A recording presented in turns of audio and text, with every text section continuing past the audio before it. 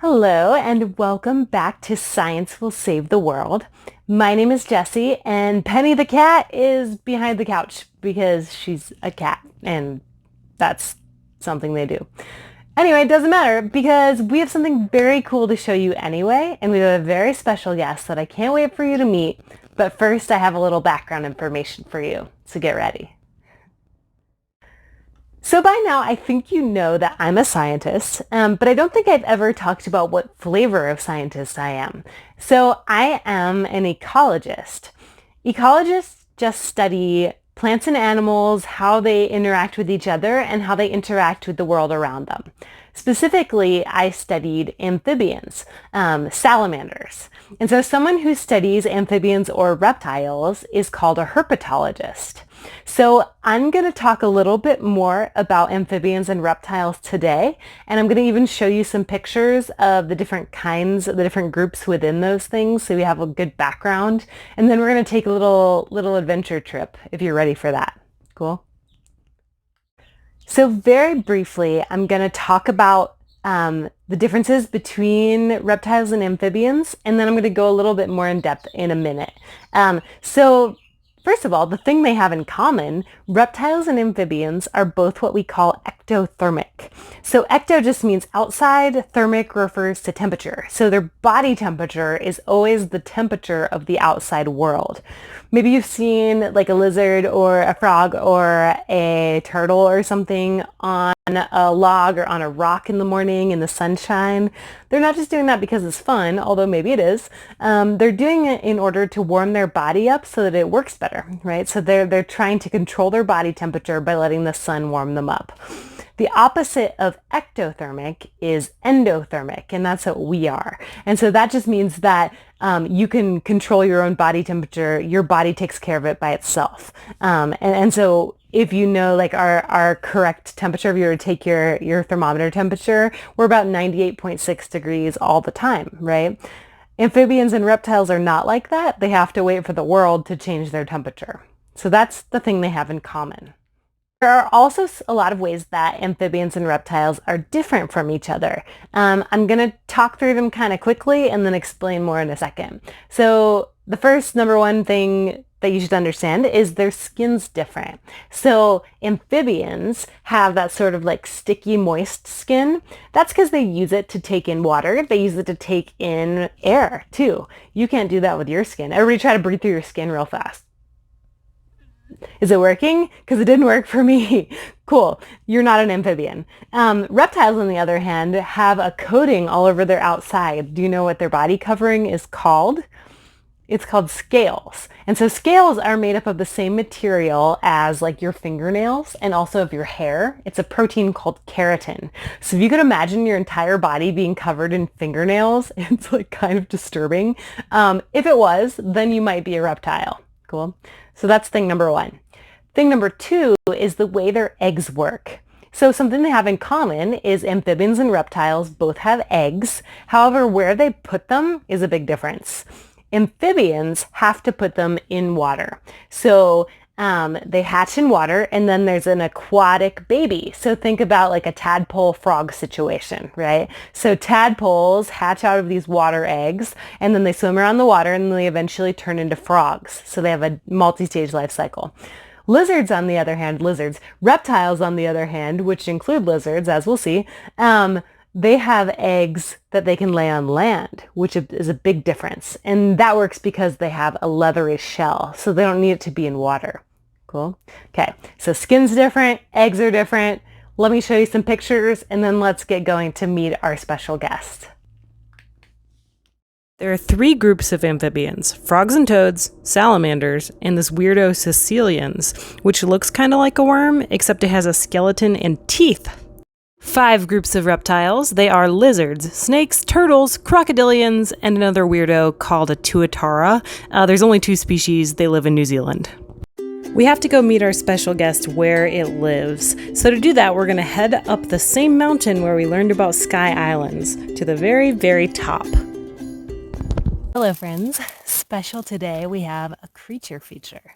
For your viewing pleasure, I have a friend. So this is a horned lizard. Sometimes they're called horny toads, but that's not accurate because they're not actually amphibians. They're not toads. They're reptiles. So let's talk about what that means. So there's some very important differences between reptiles and amphibians. One main one is its body covering. So you can see, maybe you can see, it's got scales, and its scales are kind of pointy. So scales are a big reptile thing. Let me see if I can get him in focus, get them in focus. Scales are a reptile thing, and amphibians have instead a very moist skin. And so, like if you've ever grabbed a frog or a salamander, it's very moist because they do all kinds of water uptake. So they drink through their skin a little bit, and they also do gas exchange through their skin, so they can breathe through their skin. These guys can't do that. The other big thing that makes a reptile different from an amphibian is that reptiles lay their eggs on land. And so they have eggs with a shell, and they have their babies inside of it, so they don't need water. Amphibians, however, need to lay their eggs in water, and they also have a multi-stage life cycle, which means they have that sort of tadpole aquatic phase before they become an adult. So that's the horned lizard. Let me tell you a little bit more about this guy.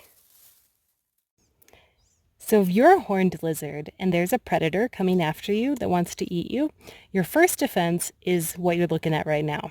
It's hold really still, and maybe I'll look like a rock. Do you see these rocks around them?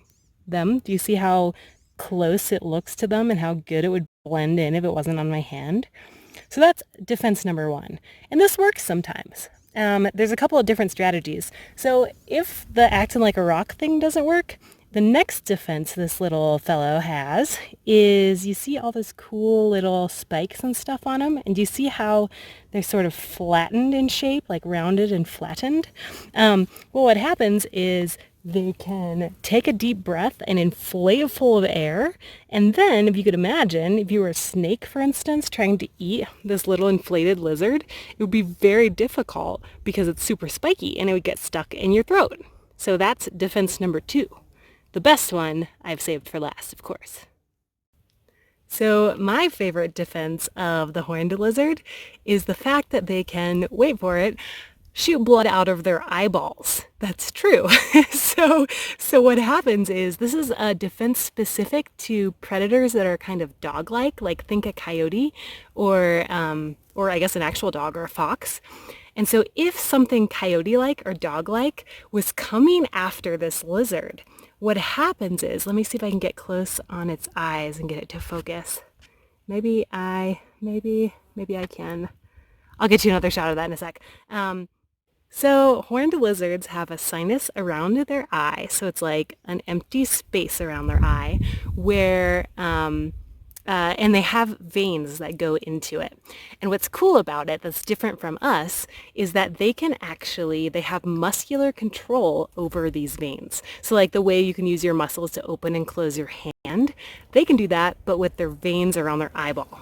So if I were a coyote predator, for instance, and I was like, I'm going to eat you, this poor thing, what might happen is it would squeeze down on one of those veins and cause that space around its eyeball to like inflate with blood, like fill up with blood so its eyes are bulging.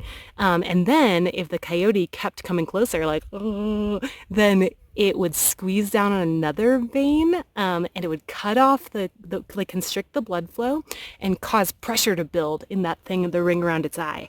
And pressure builds and builds and builds until it forces its way out through this thin skin right next to its eyeball and like right into the coyote's mouth, which is amazing. And they have really good aim. They wait till the last minute to make sure they get it into the mouth, and what happens is their blood has some chemical in it that coyotes find really disgusting. So the coyote's like, wah, wah, wah, wah, wah, and it runs away. And the little lizard escapes and is free. The end. Let me see if I can get a good shot of its eye, if I can zoom in a little bit. So you see how its eye is in that little pockety thing? That kind of ring around its eye is what can fill with blood if it needs to, and it can shoot it right into a coyote's mouth, which is awesome. So that's one of my favorite things about horned lizards. The other favorite thing is this. So if you flip it on its back and you rub its tummy like this, shh, shh, go to sleep, go to sleep. These lizards have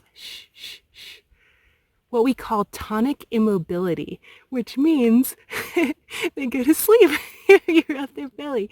And so if I can get them to calm down, I'm going to be quiet for a second to try to relax it.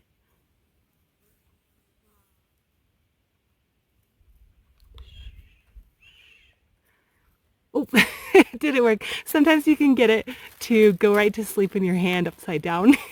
And so tonic immobility, they don't know exactly why it happens, but they think that it might be to protect from predators. So like playing dead so a predator won't try to eat you. Oh, there we go. It's fine. It's fine. I love this. Oh my gosh, this poor thing. It's playing dead. I love it. Shh, okay, you can wake up. And if I wait, it'll wake up again in a second.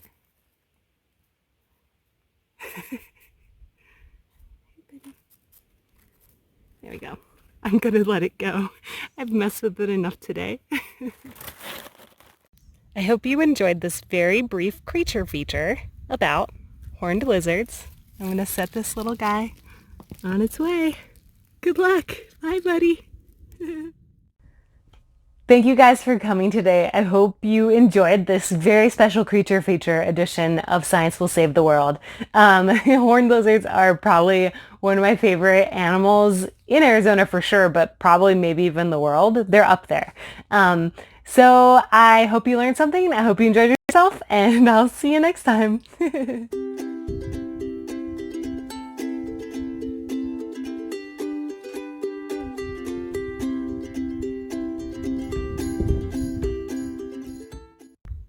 Everything the light touches is yours, Simba.